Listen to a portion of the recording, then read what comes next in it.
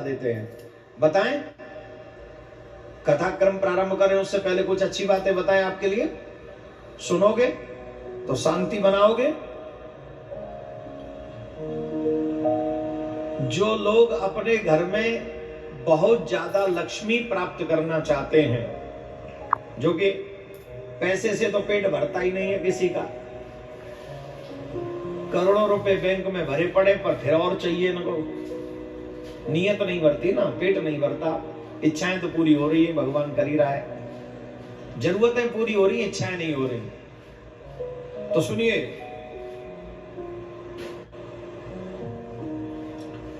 लक्ष्मी की इच्छा रखने वाले मनुष्य को सिरस, धतूरा, मातुलुंगी, मालती, सेमल, मदार और कन्नेर के फूलों से तथा अक्षतों के द्वारा भगवान विष्णु की पूजा नहीं करनी चाहिए।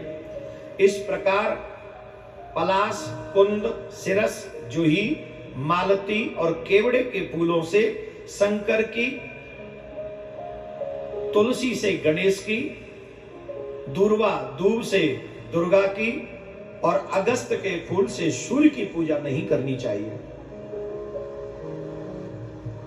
जो मैंने कहा है, इन पुष्पों से इन देवताओं की पूजा नहीं करनी चाहिए।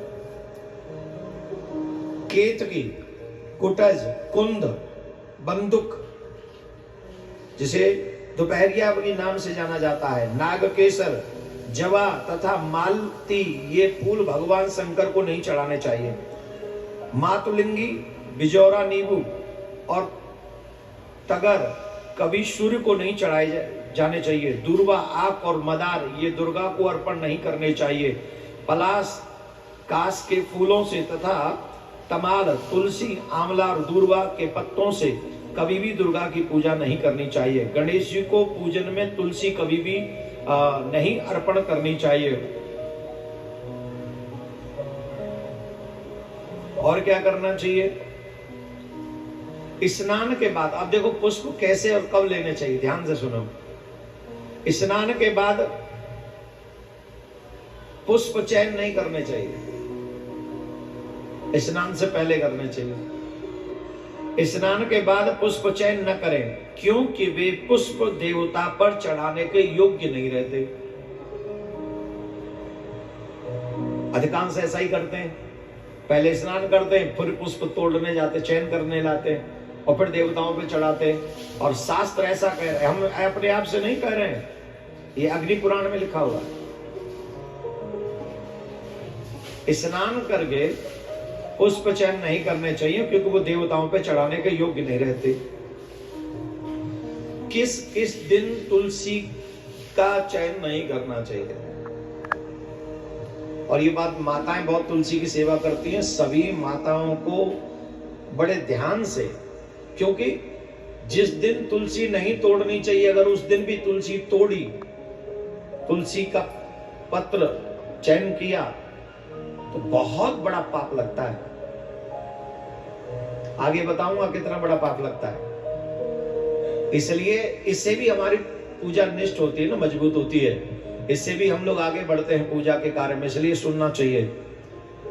पूर्णिमा, अमावस्या, द्वादशी, सूर्य संक्रांति, मध्यकाल, रात्रि, दोनों संध्याएं, असौच के समय, रात में सोने के पश्चात बिना स्नान किए, इन सब समयों पर तथा तेल लगाकर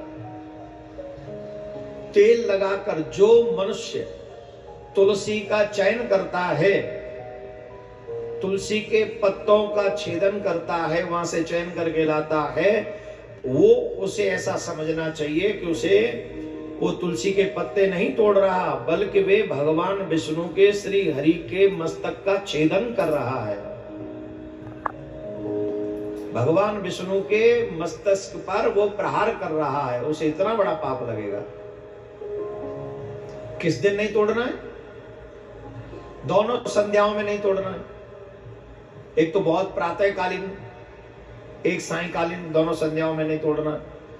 बिना स्नान के नहीं तोड़ना, पूर्णिमा को नहीं तोड़ना, अमावस्या को नहीं, द्वादशी को नहीं, सूर्य संक्रांति को नहीं, और बीच दोपहर में भी नहीं, कहीं 12 बजे तोड़ लाओ, समय फिक्स करो।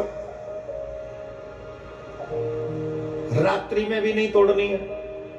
और जब तेल लगाओ हमारे शरीर पे, चाहे बालों पे लगाओ चाहे शरीर पे लगाओ, तेल लगा हुआ हो तो भी तुलसी का दल नहीं तोड़ना चाहिए।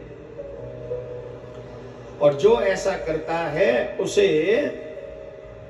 जितना भगवान नारायण के विग्रह का छेदन करने का जो पाप है वो पाप उसको लगता है, क्योंकि तुलसी भगवान को बहुत प्रिय है, बहुत ही ज्यादा प्रिय है। और ये कहां लिखा हुआ है? ये ब्रह्मवर्तक पुराण में लिखा हुआ है। ऐसा भी नहीं है कि देवकी नंदन ही कह रहे हैं इस बात को, देवकी नंदन अपने घर से नहीं कह रहे हैं इस बात को। ब्रह्मवर्तक पुराण में जो लिखा हुआ है वो हम आपको बताने का प्रयास किया हूं, जिससे आपको पुण्य मिले, सुकृत मिले, कोई भी जो है अनजाने में आपको ऐसा अपराध न लग जाए। इसलिए किस दिन तुलसी तोड़े और किस दिन नहीं तोड़े, इस बात को ध्यान पूर्वक आप लोगों ने सुन लिया होगा, समझ लिया होगा। राधे राधे बोलना पड़ेगा। अरे राम भजो जरा जोर से, और जोर से।